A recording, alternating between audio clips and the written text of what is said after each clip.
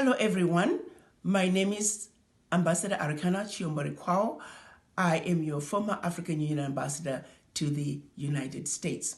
I'm here to wish you a very happy new year and looking forward to not only a prosperous and peaceful new year, but also a prosperous and peaceful Africa. 2019 was an amazing year. It was a year that we saw African diaspora from around the globe come together around a common issue. This issue had to do with the termination of my contract by our Excellency Moussa Faki Mahamat of the African Union.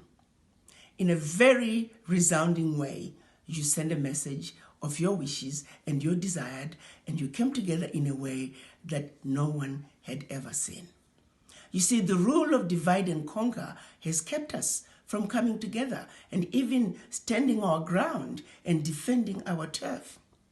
2019 showed us that this game is over, that the children of Africa are now united, that the children of Africa have woken up, and that the children of Africa understand that within our unity is where we can find our strength.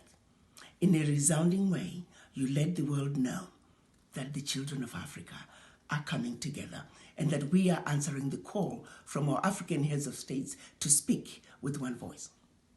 2019 was also a very crucial year. It was a year that we saw our African heads of states formally launch the African Continental Free Trade Area. For those of you who are not familiar with the African Continental Free Trade Area, it is a decision that was reached by all the African heads of states in March of 2018. This decision states that Africa, come July of next year, 2020, is going to enter the world market as one continent, one Africa, speaking with one voice. You see, the borders that were imposed upon us by the Berlin Conference, they're going to be melting away. We're in the process of digging the grave of the Berlin Conference. Along with the Berlin Conference, come July of 2020, we're going to be burying not only the Berlin Conference, but also her children, who are the legacy of colonization, the legacy of slavery, and the rule of divide and conquer. All must be buried come July of 2020.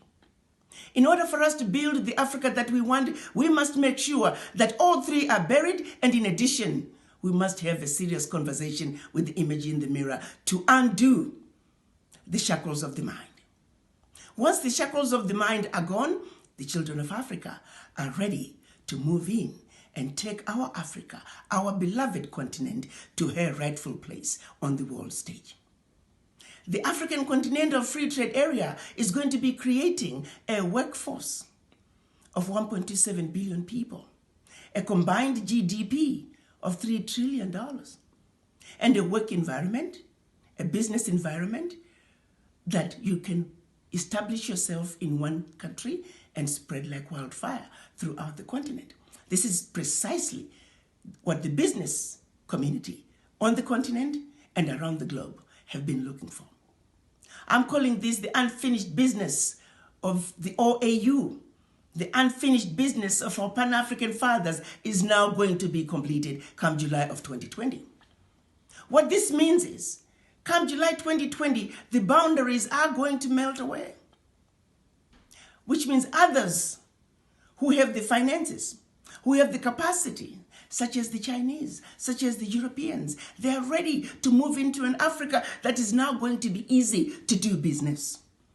What that means to you and I, my fellow African diaspora, is that when they do move in, this time is for a clean sweep. Unless, of course, we, the owners of the land, we, the owners of the wealth of Africa, choose to defend our turf. And how do we defend our turf? You have to understand that singularly, while we may have been given our political independence in Africa, we were never given our economic liberation. It is singularly the lack of our economic liberation that is keeping us as the most disrespected race on earth. that is keeping us from being in a position to defend ourselves against our former colonizers who continue to exploit us to this day, who continue to colonize us to this day. You see, when you're poor, you have a voice, but your voice is useless. Nobody's going to respect your voice. Nobody's going to hear your voice. It's all about the economy, my fellow African diaspora. And guess what? We, the African diaspora, are the only ingredient missing in order for Africa to go to her rightful place on the world stage. We need the capacity that is in the diaspora, the capacity that has been taken out of Africa through the brain drain. One. Secondly, we need the finances. You see, to whom much is given, much is expected. We have a responsibility to pull our funds together, united, just like the Chinese diaspora did, just like what the Indian diaspora have done and continue to do, just like what the Irish diaspora have done and continue to do. We must also do the same. Let's not ask what Africa has given us. Let's ask what we have done for our continent. We have a responsibility, and if we do not come together for our sake, let's come together for the sake of our children, grandchildren, and generations to come. The African Continental Free Trade Area is giving us an amazing opportunity